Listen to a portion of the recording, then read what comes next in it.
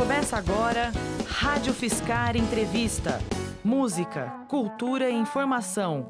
Aqui na 95,3 FM.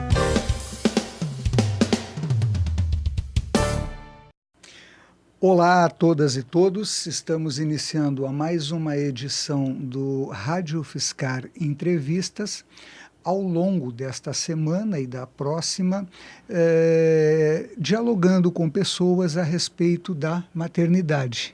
E hoje nós recebemos aqui, particularmente com muita satisfação, eu recebo aqui a professora doutora Maria Estela Gil, do Departamento de Psicologia da Universidade Federal de São Carlos, que vai conversar um pouquinho conosco a respeito das suas pesquisas sobre o assunto, ser mãe de crianças especiais. Professora, muito obrigado por aceitar o nosso convite. É um prazer recebê-la aqui na rádio.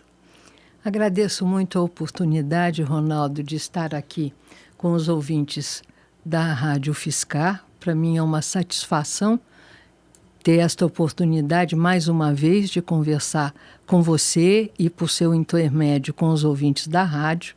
E estou à sua disposição para a gente poder discutir um pouquinho sobre esse assunto que é tão instigante. Legal. Professora, eu começo te fazendo uma pergunta bastante ampla, não é? Mas eu acho que ela dá o norte daquilo que nós gostaríamos de conversar. Ser mãe é um processo que vem carregado de uma série de expectativas. É óbvio que eu estou falando como alguém que está ao lado, eu nunca na vida fui, mas como sou pai de 4 filhos, eu lembro da Ana naquela expectativa, né? Vai nascer, como é que vai ser e tal. Bom, ser mãe é um processo que envolve muita esperança, enfim, desejo que seja assim, ação, assado e etc. Bom, quando acontece de uma mulher ser mãe de uma criança especial, o que significa no universo materno o cuidado com essa criança? Enfim, dentro das tuas pesquisas, o que tu poderia nos dizer a respeito? Eu vou tratar um pouquinho, Ronaldo, das pesquisas em geral. Perfeito. Que têm sido feitas principalmente na área do desenvolvimento infantil.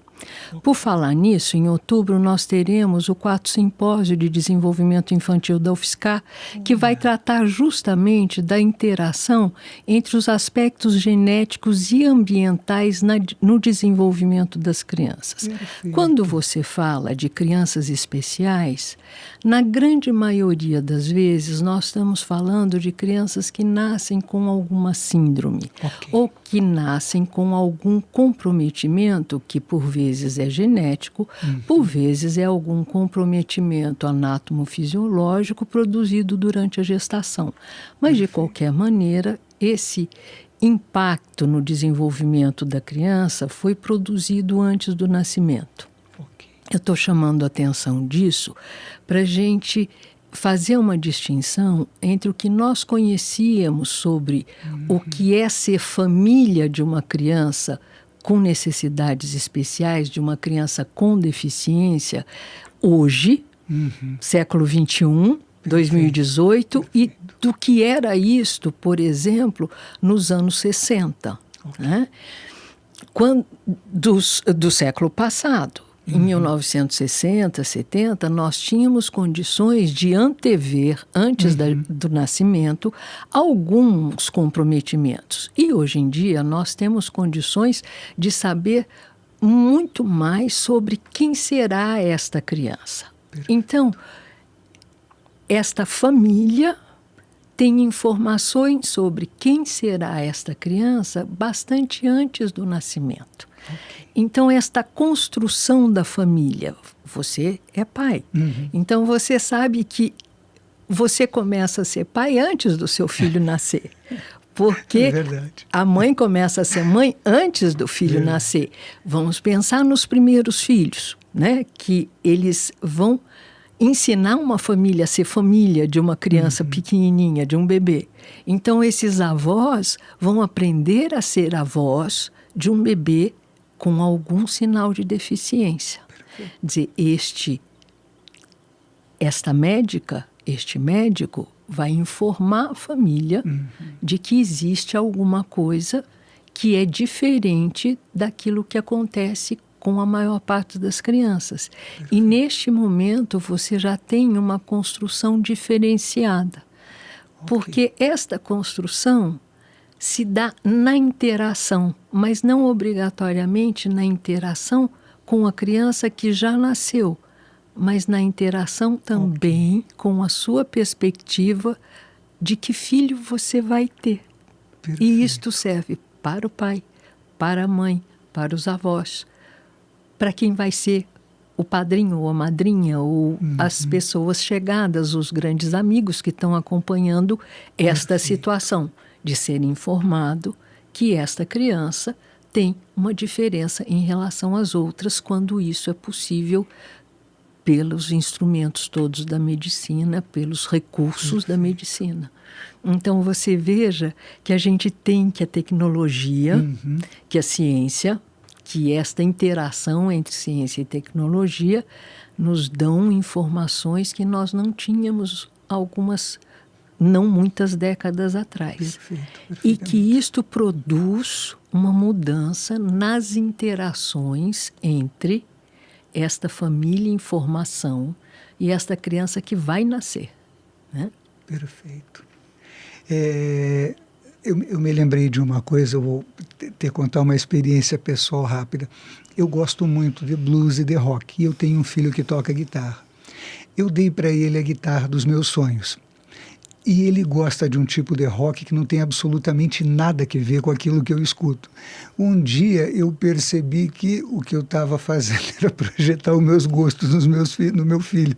Por isso eu te perguntei sobre essa questão da projeção. Professora, acontecendo que por meio da tecnologia se tem a possibilidade de saber antecipadamente, ou seja, isso vai moldar até o tipo de expectativa dos pais e de como vão se comportar no sentido de cuidar dessa criança. Tá? A maioria das síndromes que existem hoje podem ser tratadas, essa criança pode se desenvolver com qualidade de vida, o cuidado, o carinho, a presença dos pais, da família, das pessoas, dos amigos que o cercam, afeta positivamente o processo de desenvolvimento dele? O que nós temos evidências e que nos permite afirmar com muita tranquilidade é que a intervenção precoce, e quando a gente fala precoce, é o quanto mais cedo nós pudermos, em qualquer tipo de deficiência, favorece o desenvolvimento da criança. Perfeito. Agora, se nós pensarmos, Ronaldo, e todos os nossos ouvintes podem imaginar isso, que o desenvolvimento de um bebê, ele não se faz longe da interação daqueles que lhe dão alimento, carinho, calor, aconchego, a possibilidade de estar com este bebê, com os cuidados e a educação, porque este bebê também espera um pouquinho pela mamada, isto é uma aprendizagem. Ele tem satisfeitas as suas necessidades, algumas imediatas, algumas ele aprende a esperar um pouquinho, e assim ele vai aprendendo como é que aquela família funciona, como ele funciona naquela família, quais são as rotinas, quando ele vai para a creche, quando ele vai para a escolinha, para o maternal, ele vai aprender as rotinas, mas isso tudo é feito na interação com pessoas. Então, todos os nossos bebês, para sobrevivência física, psicológica, eles dependem da interação com os adultos que estão em torno dele. O bebê com deficiência, da mesma maneira, ele não difere em nada dos outros bebês em relação à necessidade de interação. Ele precisa da interação, porque a interação não é só a interação intencional. Nós estamos, mesmo que a gente não tenha intenção de dizer, agora vou interagir. Não, a hora que você pega o bebê do berço, você está interagindo. A hora que você diz, meu filho, você está chorando por quê? E você Você está com fome? Será que você está sujo? Será que você quer um banho? E você vai fazendo tentativas para ver se você cessa o choro do bebê que está resmungando. Você está interagindo o tempo todo. E esse bebê pode ter síndrome de Down, esse bebê pode ser um bebê no espectro do autismo, pode ser um bebê com deficiência visual, pode ser um bebê com surdez. Não importa o tipo de deficiência. Este bebê depende para a sobrevivência dele e o desenvolvimento da interação. O nível de especialização dessa interação e de especificidade, e aí eu estou falando de intenção. Perfeito. Da interação programada, planejada para maximizar o desenvolvimento daquela criança. Aí nós entramos já com o papel dos profissionais que vão trabalhar com esta criança, e nós temos a tranquilidade. Eu comecei a fala dizendo, a gente tem evidências para afirmar que a intervenção precoce é fundamental. Precoce quanto? Quanto mais cedo nós tivermos um diagnóstico de que aquela criança precisa de cuidados e atenções específicos. Perfeito. Então entra o fisioterapeuta, entra o psicólogo, o terapeuta ocupacional, vão entrando as especialidades que vão ajudando a família a interagir da melhor maneira. Porque não adianta só este bebê passar 40 minutos com um especialista. Porque ele vai passar o resto do dia todinho dele dividido entre a escola e a creche. A escola. Então, é preciso que estes profissionais e estes pais saibam como criar um ambiente favorável para o desenvolvimento desta criança em especial. E elas são muitas, com características muito peculiares. A gente tem muito a fazer, né? E esta família, a gente fala muito nas mães, mas esse mundo contemporâneo é muito favorável a todos nós, é muito rico, porque ele abriu a possibilidade de inúmeras famílias. E hoje em dia, quando a gente fala em mães, a gente está falando em inúmeros pais, avós, tios, madrinhas, padrinhos, amigos que compartilham o cuidado das crianças, né? Então, isto é uma coisa muito boa desse mundo contemporâneo, né? E estas pessoas precisam saber qual é o melhor ambiente para essas crianças. Perfeitamente. Professora, uma outra entrevista que eu fiz com uma professora também, ela mencionou a respeito da rotina na criação da criança, já desde o início ter uma rotina. Mesmo uma criança que tem alguma necessidade especial, qualquer que seja ela, ter uma rotina é importante para ela, para o desenvolvimento, para a interação dela com a família? As pessoas que vêm estudando como é que se constroem as noções de tempo para os bebês, para as crianças pequenas e, em geral, com uma noção desta variável tão importante na vida, o tempo, né? Como o espaço se organiza, a noção de espaço se organiza, como a noção de sequência de ações se organiza e de como a gente opera no mundo, porque todos nós fazemos coisas no mundo e estas coisas produzem mudanças no ambiente que a gente está. Eu estou conversando com você e você faz sinais com a cabeça. Quer dizer, a minha fala opera mudanças na nossa relação, né? O nosso ouvinte não está assistindo a isso, mas ele pode imaginar que tem duas pessoas conversando e que não é só o som da voz. Tem toda uma posição do corpo, as mãos se movem, né? Tem uma série de coisas que operam no ambiente. O meu ambiente privilegiado nesse momento é você. E o seu sou eu. Mas nós temos um outro ambiente fundamental. São todas as pessoas que estão nos ouvindo agora. E é com elas que nós estamos conversando, embora estejamos só nós dois aqui. E elas são importantíssimas para nós. Então, veja, a gente espera que o que a gente esteja dizendo aqui tenha uma repercussão, ecoe para estas pessoas. E a interatividade do mundo de hoje permite que elas escrevam para Rádio UFSCar, que elas entrem em contato e digam, Exato. olha, quero mais, quero menos, né? Gostei, Perfeito. quero de novo. Exatamente. Então, vejam, o bebê, quando age, ele também produz mudanças. Então, por que eu estou falando de tudo isso? Eu estou falando de tudo isso porque a rotina vai informando sobre a passagem do tempo, sobre uma certa ordem de ações no tempo.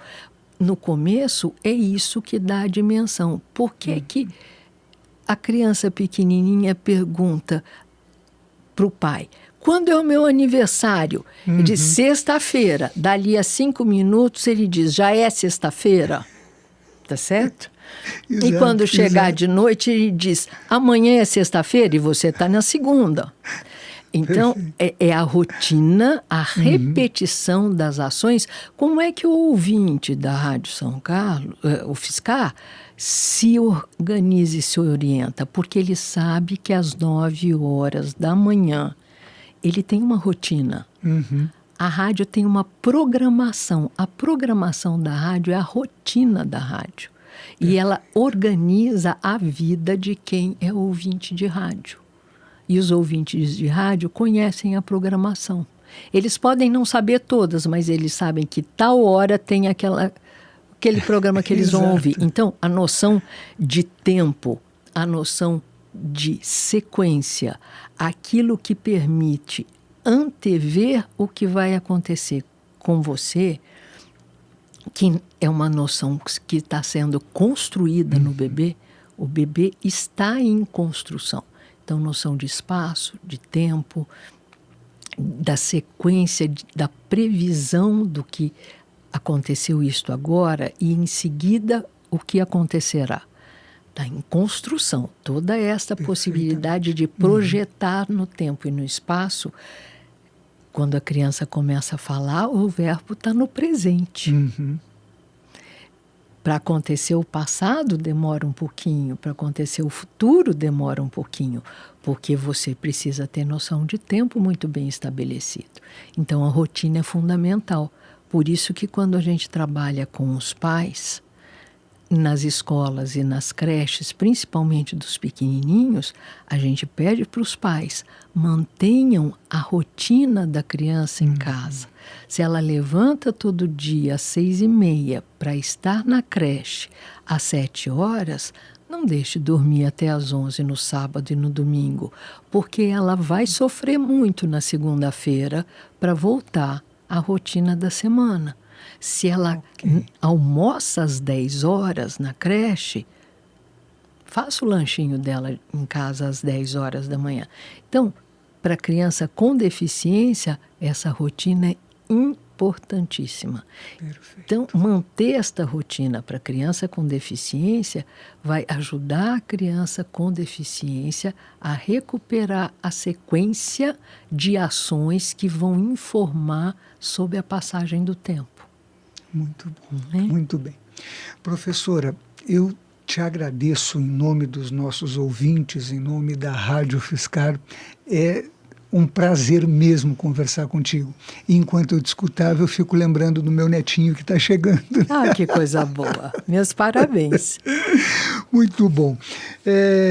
Meus queridos e queridas, nós estamos encerrando a mais esta edição do Rádio UFSCar Entrevistas e retornamos ainda com mais pessoas que virão dialogar a respeito dessa importante etapa da vida de um ser humano, que é a maternidade, que, como muito bem lembrou a professora Maria Estela, hoje é uma maternidade até mais ampla, né? Ampliada. Você tem várias mães que podem ajudar os filhos a crescerem, a se constituírem em sujeitos e indivíduos que tenham a possibilidade de viver nesse maravilhoso planeta que nós estamos. Professora, muito obrigado pelo teu tempo e foi assim um prazer indescritível conversar contigo.